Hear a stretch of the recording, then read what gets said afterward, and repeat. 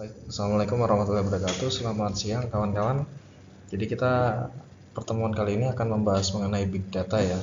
Jadi ada beberapa hal yang akan kita bahas, mulai dari pengantar, terus kemudian big data, ada 5V. Jadi karakteristik big data itu apa saja? Mungkin kawan-kawan juga bertanya-tanya kira-kira big data itu apa sih? Apa data yang besar atau bagaimana? Nanti akan kita jelaskan lebih lanjut ya. Terus kemudian ada ekosistem big data, terus kemudian ada big data analitik, dan ada tugas ya kawan-kawan. Nah, big data itu memang meledak itu pada awal dekade 2020, abad 21. Jadi awal mulanya itu masuknya Google.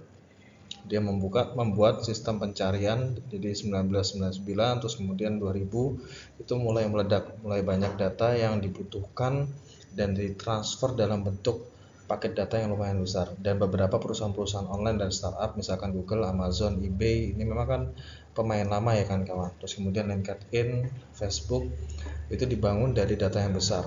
Datanya yang besar seperti apa? Anda bayangkan saja, misalkan Facebook nih, Anda mengupload untuk foto Anda. Itu paling tidak kalau misalkan gambar mungkin kira-kira sekitar 3 sampai 5 mega lah, itu ukuran yang standar aja. Tapi kalau misalkan dengan resolusi yang tinggi tentunya bisa lebih besar lagi, dan Anda bayangkan itu satu orang. Anda saja baru ngupload satu status Anda doang.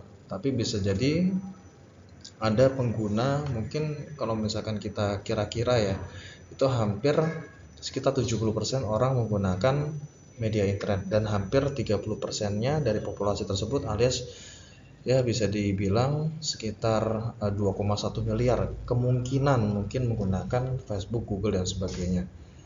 Dan bayangkan dari 2,5 miliar tersebut menggunakan atau ngeposting foto atau video, tentunya akan sangat banyak memorinya ya. Maka dari itu memang dari Google menggunakan sistem big data.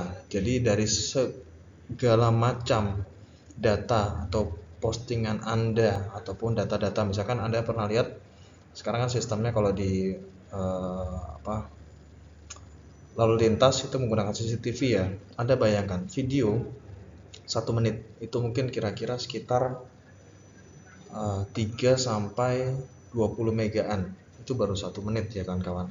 Nah, Anda bayangkan setiap CCTV di sudut kota itu mereka mengirimkan paket data. Nah, Anda bayangkan dari segitu banyaknya video yang dikirimkan kepada server, kira-kira server itu butuh berapa terabyte untuk nyimpan semua video dalam satu hari. Anda bayangkan itu saja.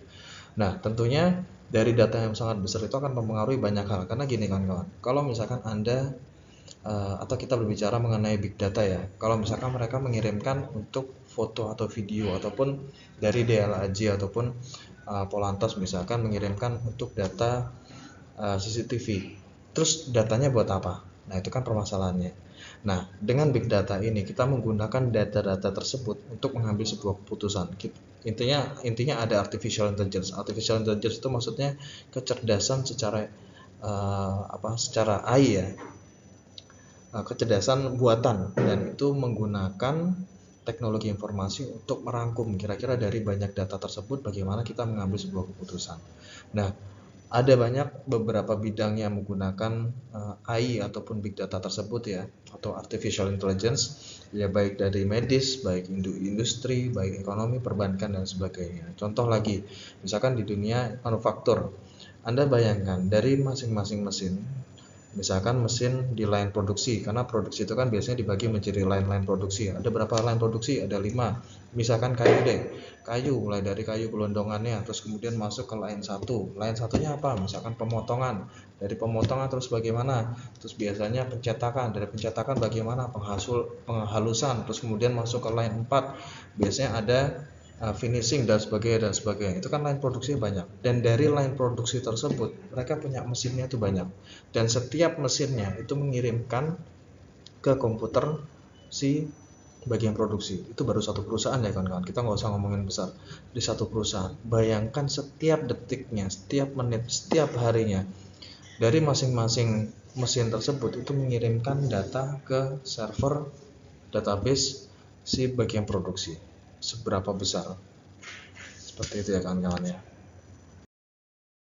Nah, ini perkembangan data, ini dari 1990 ada RDBMS, jadi ada Research and Development Database Management System, terus kemudian ada Data Warehouse. Awal mulanya ada database, ini pemain lama juga ya, kalau SAP, Service Access Point, ini singkatannya SAP. Terus kemudian ada Oracle, jadi pemain database itu ada dua. Database itu bagaimana sih? Database singkatnya itu gini kan. Anda misalkan daftar di Facebook. Nah, Anda kan akan masukkan nama lengkap Anda, masukkan email Anda, terus kemudian masukkan foto Anda. Nah, nama, alamat, email, dan sebagainya itu akan tersimpan di satu buku ibaratnya. Tapi bukunya itu dalam bentuk elektronik, dan itu dinamakan database. Seperti itu ya. Dan data warehouse itu sama seperti Anda nyimpen foto profile picture Anda. Itu kan ada fotonya ya. Nah, foto itu akan masuk ke ibaratnya gudang secara digital. Itu namanya data warehouse. Seperti itu. Terus tahun 2000-an ini mulai berkembang lagi menjadi konten digital asset management ya. Jadi kalau misalkan kita berbicara mengenai data, misalkan video, terus digunakan buat apa? Nah, tentunya kan akan dianalisa. Kira-kira kalau misalkan di bagian manufaktur ya, biasanya setiap mesin produksi tersebut memproduksi, nah itu tentunya akan ada yang namanya downtime. Downtime itu seberapa cepatkah mesin produksi itu dalam menghasilkan suatu barang, apakah 5 detik, apakah 7 detik, terus kemudian berapa kali mati sistem ataupun reset. Karena reset itu sulitnya gini, kalau misalkan contoh ya, misalkan kita ngomongin kayu ataupun plastik ya, pada saat dia mau masuk ke mesin press, mesin injeksinya itu kan bentuknya spiral ya, dia masukkan untuk biji besinya, biji besi dipanaskan, terus kemudian masuk ke mesin spiral, terus kemudian kayak ditembakkan ke dalam cetakan, didinginkan, dipres, terus kemudian jadi satu produk. Maafkan kawan. Nah, itu tentunya kan perlu kalau misalkan seandainya mati lampu berapa kali ataupun seberapa banyak bahan baku yang terbuang. Nah, itu kan tentunya butuh diklasifikasikan. Karena kalau misalkan kita nggak hitung itu jadi problem besar. Oke, ini big data itu sebetulnya mirip dengan small data. Kenapa seperti ini? Big data mirip dengan small data. Coba Anda pikirkan dulu, kira-kira kenapa big data itu sama dengan small data? Namun jauh lebih besar ukurannya. Saya ada analogikan gini kan. Kalau misalkan Anda melihat di CCTV di setiap sudut kota ya, di lampu merah. Nah, itu setiap data-data yang dikirimkan, Anda bayangkan, Anda dikirimkan dari CCTV per detiknya, terus kemudian itu akan dikirimkan ke database si DLAJ-nya. Nah, itu datanya kecil-kecil, tapi dia dari banyak titik tersebut itu dikumpulkan menjadi disimpan di storage ya. Cuman data-data yang dikirimkan itu dalam package-package yang kecil ataupun dalam pengiriman yang jumlah bytes-nya itu terpisah-pisah alias kecil-kecil. Tapi kalau misalkan digabungkan menjadi besar. Nah, maksudnya menjadi banyak ya datanya, seperti itu. Big data. Nah, dengan data sangat besar perlu pendekatan yang berbeda, misalnya teknik, alat bantu, arsitektur. Tujuannya buat apa sih? Tujuannya nggak lain dan tidak bukan kalau big data itu adalah menyelesaikan ataupun memberikan sebuah solusi untuk keputusan yang lebih baik lagi. Nah, tujuannya adalah seperti itu. Big data itu adalah memberikan nilai dari penyimpanan dan pemrosesan. Jadi sama aja. Kalau misalkan kita berbicara mengenai data absensi, data CCTV, video apapun itu ya, video CCTV, selama itu tidak diproses, yaitu artinya hanya data saja yang tidak memberikan value tertentu. Tapi kalau misalkan big data itu data tersebut kemudian dianalisa kawan-kawan menjadi sebuah informasi. Nah, intinya adalah data tersebut diproses menjadi sebuah informasi. Informasinya buat apa? Ya digunakan untuk mengambil sebuah keputusan. Seperti itu kawan-kawan. Ini Walmart contohnya. Walmart itu dia salah satu mart yang sudah pemain lama sekali ya, dia sudah menangani hampir lebih dari 1 juta transaksi customer per jam. Bayangkan per jam dia punya cabang banyak. Nah bayangkan kalau itu dicatat secara manual, bayangkan gimana caranya untuk mengetahui secara real time ataupun mengetahui secara langsung kira-kira penjualan dalam 1 hari berapa. Nah, bayangkan kalau misalkan dicatat secara manual, misalkan dari toko A dia dicatat pakai Excel, ataupun bahkan lebih parahnya lagi, jangan bilang kalau misalkan dicatat di buku terus kemudian di total-totalan, nanti akan sangat lama sekali. Setiap harinya harus mengirimkan data penjualan tersebut ke pusat. Nah, itu kan tentunya akan makan waktu lama. Beda kalau misalkan kita buatkan sistem, udah sistemnya database. Setiap cabang dari Walmart ataupun minimarket ataupun swalayan, setiap kali penjualan itu akan langsung masuk ataupun dikirimkan ke server. Jadi seperti itu akan jauh lebih efisien ya. Jadi pada saat 1 hari ingin menarik semua transaksinya, tinggal klik aja, atau langsung klik atau kelihatan transaksi hariannya, sudah gampang banget. Terus kemudian Facebook ini menangani 40 miliar foto dari user. Anda bayangkan 40 miliar foto, itu mungkin akan berkembang, jauh lebih berkembang beberapa tahun lagi. Anda mungkin pernah lihat stories, misalkan Anda buka YouTube ya, Facebook, terus kemudian Anda melihat foto-foto Anda yang sudah 10 tahun silam ataupun 12 tahun silam, itu masih tersimpan dengan baik.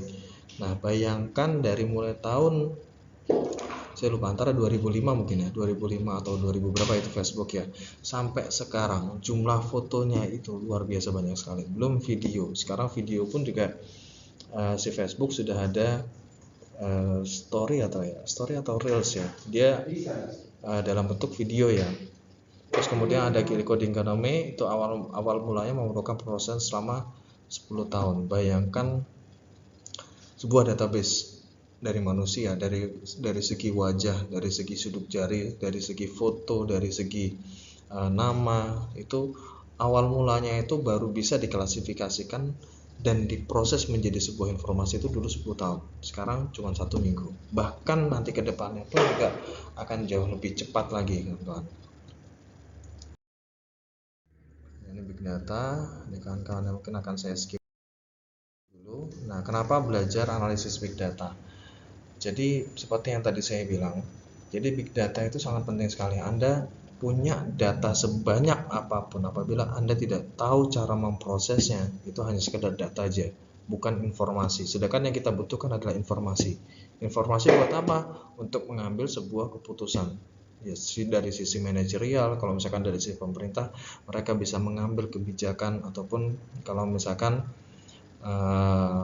peproduksian terkait dengan mesin, kira-kira bagaimana misalkan mereka diputuskan untuk menambah genset ataupun mereka menambah mesin. Nah itu tentunya butuh informasi. Nah informasi tersebut harus mengambil dari data-data yang tadi saya jelaskan tadi ya.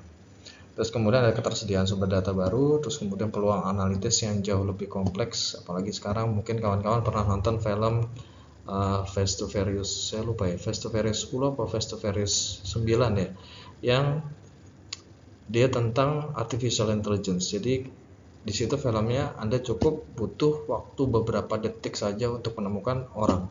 Mulai dari CCTV-nya akan ngerekam, mulai dari CCTV-nya, terus kemudian dari wajahnya, dari perilaku media digitalnya, dia berapa kali dia transaksi kartu kredit, berapa kali dia transfer, itu akan kelihatan semua. Bukannya nggak mungkin kalau seandainya beberapa tahun pun bisa jadi seperti itu. Bahkan dunia intelligence pun juga saya rasa pasti sudah punya tools yang semacam itu ya kawan-kawan. Jadi memang tentunya sangat butuh sekali, dan banyak hal yang kita bisa dapatkan ketika kita sudah bisa melakukan processing data yang segitu banyaknya menjadi sebuah informasi. Seperti itu kawan-kawan. Saya skip dulu. Nah ini ada data science and business intelligence. Jadi Anda bisa lihat dari sini ya. Nah ini dari explanatory dan dari segi waktu, dari pendekatan analitik dan pendekatan waktu. Ini dari past, kemudian ada future. Kalau misalkan kita berbicara mengenai business analysis, ini pendekatan analitik yang kita gunakan dan waktunya itu lebih detik, lebih singkat. Kalau misalkan kita berbicara mengenai data science itu ada banyak. Ada tipikal teknik dan tipe datanya. Ada optimisasi, terus kemudian ada forecasting. Forecasting pun juga banyak dari forecasting. Misalkan saya punya pabrik nih, tahun depan, nggak usah tahun depan nih, bulan depan atau besok saya harus produksi apa. Nah, itu kan melakukan forecasting. Terus kemudian apalagi perusahaan-perusahaan yang biasanya lebih ke arah musiman ya, kayak apalagi jamu, misalkan jamu itu kan biasanya musiman, atau food and beverage ataupun obat. Nah, tentunya kan dari tiap musim itu pasti berganti-ganti. Misalkan musim panas, orang biasanya sakit tenggorokan, atau enggak musim dingin, orang biasanya kena flu, butuh antangin dan sebagainya. Jadi tentunya dari produksi obat pun mereka harus ada yang namanya kecenderungan. Ada forecasting yang kira-kira di bulan mana saya harus produksi obat A, di bulan mana saya harus produksi obat B dan sebagainya. Dan itu dibutuhkan data science tersebut, kawan-kawan. Butuh informasi. Pertanyaan yang biasa digunakan, apa skenario yang optimal untuk bisnis Anda? Yang kedua, apa yang akan terjadi selanjutnya? Bagaimana jika tren ini terus berlanjut? Terus kemudian mengapa hal ini bisa terjadi? Dan seterusnya dan seterusnya. Itu biasanya data-data science yang kita gunakan untuk menggali lebih jauh terhadap informasi yang kita dapatkan. Seperti itu ya. Itu bentuk pertanyaannya akan permudah kita aja. Kalau business intelligence, dari tipikal teknik dan type datanya itu membuat bentuk laporan standar, ad hoc, dashboard, alerts, terus kemudian query, detail permintaan dan sebagainya. Jadi hanya bersifat informasi. Misalkan data penjualan, oke, data penjualan dari hari sekian, tanggal 1 sampai tanggal 30, penjualan dari sekian ditunjukkan dalam grafik. Nah, itu masuk ke business intelligence. Intinya memberikan query, memberikan dalam bentuk database ya. Nah, pertanyaan yang biasa digunakan untuk menggali lebih jauh terkait dengan business intelligence, apa yang terjadi 3 bulan terakhir, berapa penjualan dari toko A, berapa tingkat retur atau berapa komplain dan sebagainya. Terus kemudian berapa banyak item yang reject dan sebagainya. Itu masuk ke business intelligence. Jadi kalau data science dan data intelligence, saya ulangi lagi, kalau business intelligence itu hanya melihat terkait dengan kecenderungannya, berapa datanya. Tapi kalau misalkan data science, yang tadinya kita hanya melihat berapa, tapi kalau data science kita melihat mengapa, gitu ya, kita menganalisanya. Ada big data, big information, ada big knowledge. Ada data itu ada fact, description of world, terus kemudian ada informasi ya, seperti informasi ya, capture of data yang tadi saya bilang. Jadi mengcapture ataupun kumpulan-kumpulan dari data yang sudah diproses menjadi sebuah informasi. Nah, itu informasi ya. Terus kemudian knowledge of personal map and model of the world. Jadi apa yang kita tidak ketahui, Anda saat ini tidak dapat menyimpan pengetahuan dalam diri Anda. Nah, makanya kalau misalkan ada sistem pola pikir kita yang paling unik ya kawan-kawan. Jadi kalau misalkan otak manusia itu kan terdiri dari berbagai macam sel ya, dan di tiap masing-masing sel ini akan menyimpan sebuah informasi, di mana informasi yang Anda bisa tampung itu di dalam pikiran Anda itu jumlahnya itu bisa miliaran kawan-kawan. Tapi uniknya adalah satu, setiap kali informasi yang masuk ke Anda itu akan informasi yang lain akan tergerus, dan itu berkali-kali. Anda bayangkan setiap ataupun sebanyak apapun informasi yang Anda gerus itu akan mengurangi komposisi dari ingatan Anda sebelumnya. Itu unik ya, pikiran kita ya. Tapi kalau misalkan kita berbicara mengenai komputer, informasi apapun tidak akan tergantikan selama hard disk ataupun penyimpanan kita tetap ada. Misalkan kita naruh di HP foto, klik, sudah selesai, terus kita simpan di memori HP kita. Selama memori itu bisa digunakan, ya setiap data detailnya, setiap warna, setiap kontras, setiap tempatnya itu semuanya tersimpan dengan detail. Kalau misalkan kita menyimpannya dalam bentuk tulisan, ya semua katanya akan masuk selama hard disk kita ataupun penyimpanan kita tidak bermasalah ataupun backscatter. Nah, gambaran umum big data. Jadi ini secara definisinya ya, kalau menurut para ahli. Jadi McKinsey, big data itu didefinisikan dengan data yang memiliki skala volume, distribusi ataupun velocity, keragaman atau variety, yang sangat besar atau abadi, sehingga membutuhkan penggunaan arsitektur yang teknikal dan metode analisis yang inovatif untuk mendapatkan wawasan yang memberikan nilai bisnis. Ini yang digarisbawahi ya kawan-kawan. Arsitektur teknikal dan metode analisis yang memberikan nilai bisnis. Kalau misalkan kita hanya menyimpan data tanpa dianalisa, tanpa ada memberikan value edit, nah itu akan percuma. Tapi kalau misalkan big data itu dari sekian banyak data, makanya big data. Data-data yang kecil dikumpulkan menjadi besar. Data tersebut kalau kita nggak apa-apain, nggak kita proses menjadi sebuah informasi, ya udah nggak ada apa-apa. Nah, terus kemudian ada Hotwitz nih, 2013. Big data merupakan istilah untuk sekumpulan data yang begitu besar dan kompleks di mana tidak bisa ditangani lagi dengan sistem teknologi komputer konvensional. Anda bayangkan gini. Anda bayangkan kalau misalkan Anda punya catatan. Misalkan Anda lagi kuliah deh. Gini deh, misalkan Anda lagi kuliah. Nah, kemudian Anda mencatat terkait dengan mata kuliah tersebut. Terus kemudian ada bentuk fotonya, ada rekaman video, rekaman suara dan sebagainya. Apabila Anda menggunakan tersebut, Anda melihatnya, Anda menganalisa hanya beberapa pertemuan. Misalkan saya kan mengirimkan video, Anda menganalisa terkait dengan pertemuan 1 sampai pertemuan 15, pertemuan 14. Mungkin Anda bisa melakukan itu. Tapi kalau misalkan Anda menganalisa dari pertemuan 1 sampai 15 sampai 4 tahun lagi, tentunya akan pusing ya. Itu bayangkan manusia. Dan Anda bayangkan ketika si Facebook, misalkan si Google dan sebagainya, Anda bayangkan mereka tidak mereka kan ada data foto, ada data video, terus kemudian ada data gambar dan sebagainya. Anda bayangkan ketika mereka tidak ada segitu banyaknya data dan itu ditangani oleh manusia, tentunya akan sulitan. Makanya akan ditangani oleh robot, di mana robot itu biasanya disisipkan artificial intelligence ataupun kecerdasan buatan. Artinya mereka bisa kecerdasan tersebut bisa berkembang secara terus-menerus ya. Contoh kalau misalkan yang bukan artificial intelligence, kalkulator pinter nggak? Kalkulator pinter kawan-kawan. Jadi kalkulator itu bisa menghitung dengan sangat cepat. Tapi apakah dia bisa berkembang? Nggak bisa. Jadi itu bukan dinamakan artificial intelligence. Saya skip lagi kawan. Nah, ini ada 5V terhadap big data, ada volume, ada velocity, ada veracity dan value ya. Ini merupakan metode aja untuk mempermudah kita. Kalau volume itu adalah Facebook misalkan menghasilkan 10 terabyte data baru setiap harinya. Twitter 7 terabyte kan, bukan megabyte, bukan gigabyte. Artinya kalau misalkan 1000 bytes itu artinya 1 megabyte. 1 juta megabytes itu artinya 1 terabytes. Kalau misalkan kita kalikan lagi 1000, nah itu baru terabytes. Jadi jumlahnya sangat banyak sekali ya. Nah, Boeing 737 menghasilkan 240 terabyte data penerbangan. Bayangkan setiap si Boeing 737, misalkan penerbangan dari Jakarta terus kemudian ke negara apa.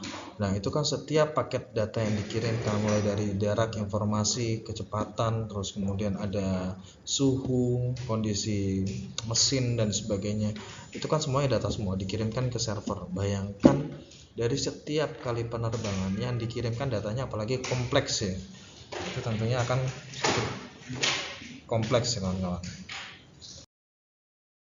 Volume mungkin yang lanjut ke velocity. Jadi velocity itu kecepatan data yang masuk ya, per jam, per detik dan sebagainya. Ada clickstream, weblog, dan transfer data asynchronous yang dapat menangkap apa saja yang dilakukan oleh jutaan lebih dari yang digunakan saat ini. Kalau misalkan pendekatan secara tradisional, biasanya kan kalau hipotesis ataupun kita dugaan. Kalau hipotesis itu kan dugaan sementara ya, itu hipotesis. Terus dari dugaan sementara kita, kira-kira ini bisa atau enggak ya, atau kira-kira ini bagus atau enggak, itu baru hipotesa ya. Kalau misalkan Anda melakukan penelitian dan nanti Anda kan ada yang namanya H1, ada H0 dan H1. Anda tentunya melakukan dugaan sementara Anda dulu. Kira-kira pengaruh terhadap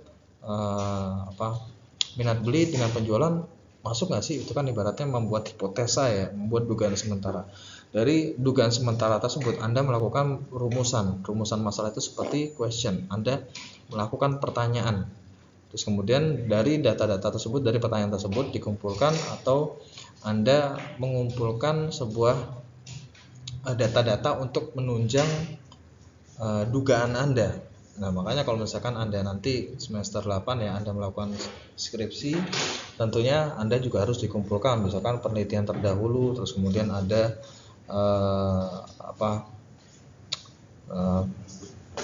teori-teori dan sebagainya untuk mendapatkan answer. Itu adalah traditional approach.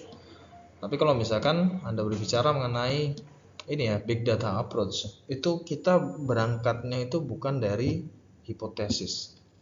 Jadi karena hipotesis itu ibaratnya kita sudah lewat dari situ, di mana data tersebut sudah dikumpulkan dari berbagai macam cara, misalkan dari video, dari foto, terus kemudian dari teks, dari gambar, dari suara dan sebagainya. Dan itu kan bentuknya adalah data, di mana data-data tersebut tentunya punya pengklasifikasian tersendiri dan kompleksitas yang tentunya akan berbeda-beda. Dari data-data tersebut akan dieksplorasi, kira-kira digolongkan, kira-kira dari bentuk suara ini apa yang bisa kita tarik kesimpulannya, terus kemudian dari bentuk gambar apa yang bisa kita tarik. Nah, itu adalah bentuk eksplorasi.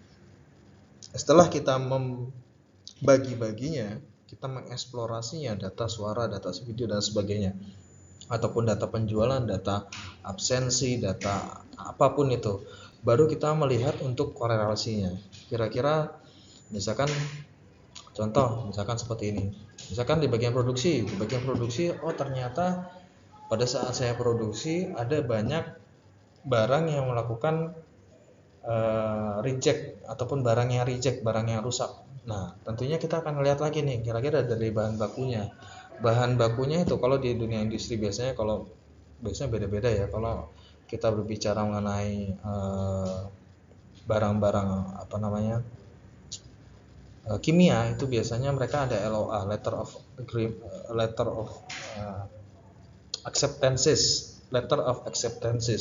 Artinya itu biasanya diuji, kira-kira dari uji ini kira-kira bagaimana dampaknya, terus kemudian bagaimana tentang kualitasnya dan sebagainya. Dari data-data sebanyak itu kan kawan, Anda tentunya akan melihat korelasinya seperti apa. Oh ternyata ketika barang reject, terus kemudian dilihat LOA-nya, oh ternyata LOA-nya itu barangnya memang bahan bakunya memang jelek.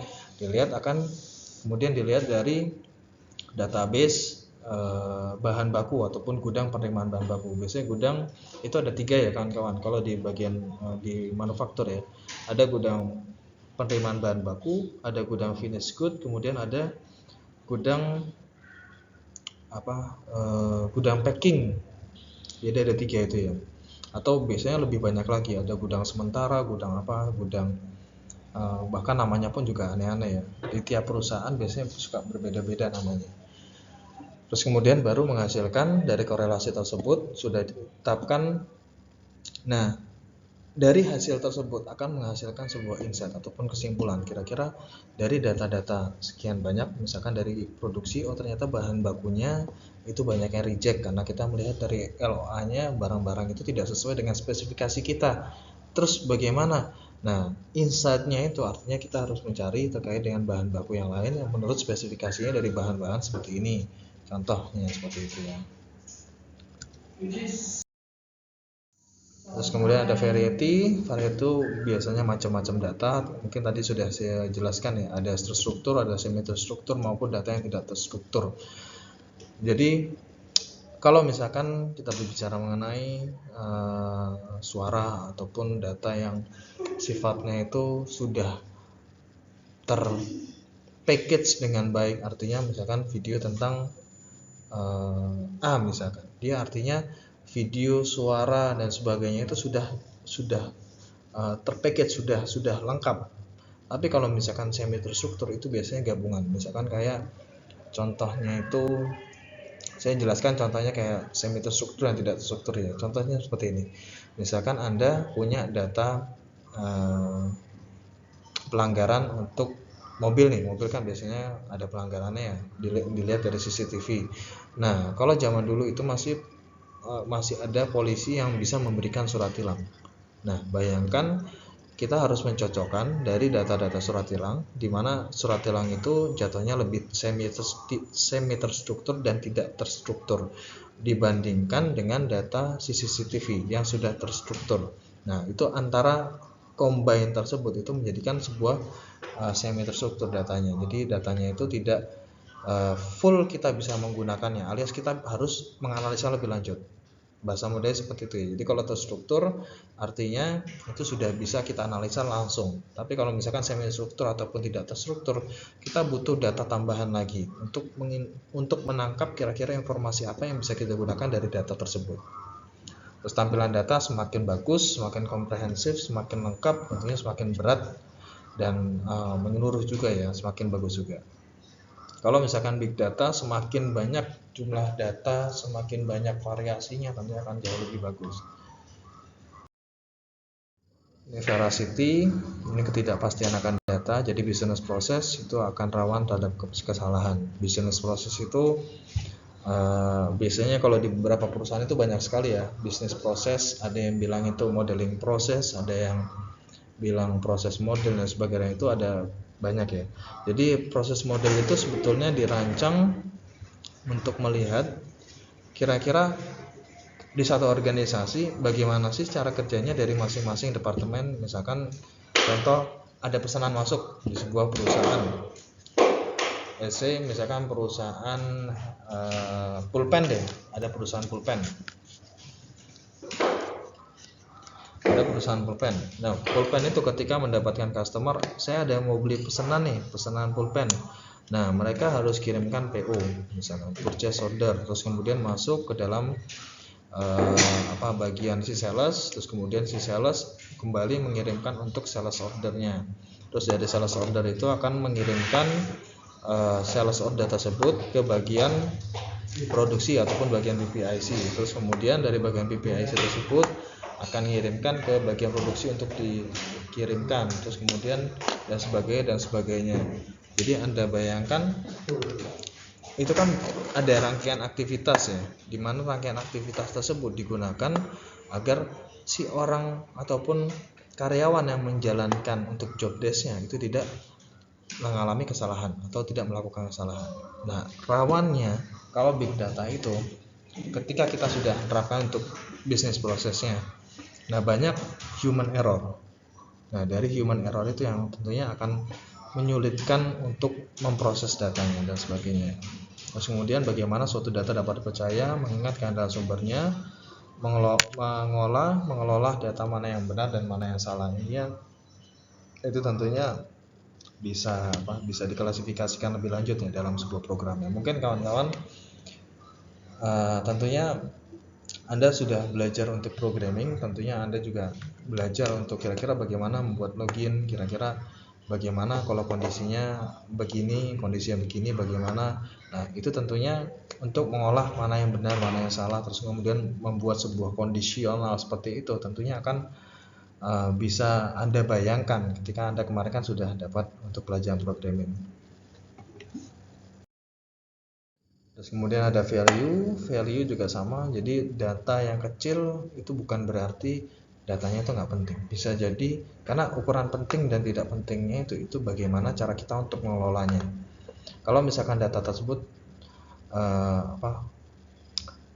misalkan berdampak terhadap sebuah perusahaan menggunakan kompetensi big data, tentunya data tersebut tidak bisa diabaikan tentunya kan kawan. Terus kemudian akan sia-sia bila data yang sangat besar tapi tidak tahu bagaimana cara mengolah dan menganalisisnya. Ini juga buang-buang resource ibaratnya kan kawan. Ini ada velocity, variety, value, veracity, dan volume ya. Oke, mungkin kuliah saya sekian. Terima kasih kawan-kawan. Assalamualaikum warahmatullahi wabarakatuh.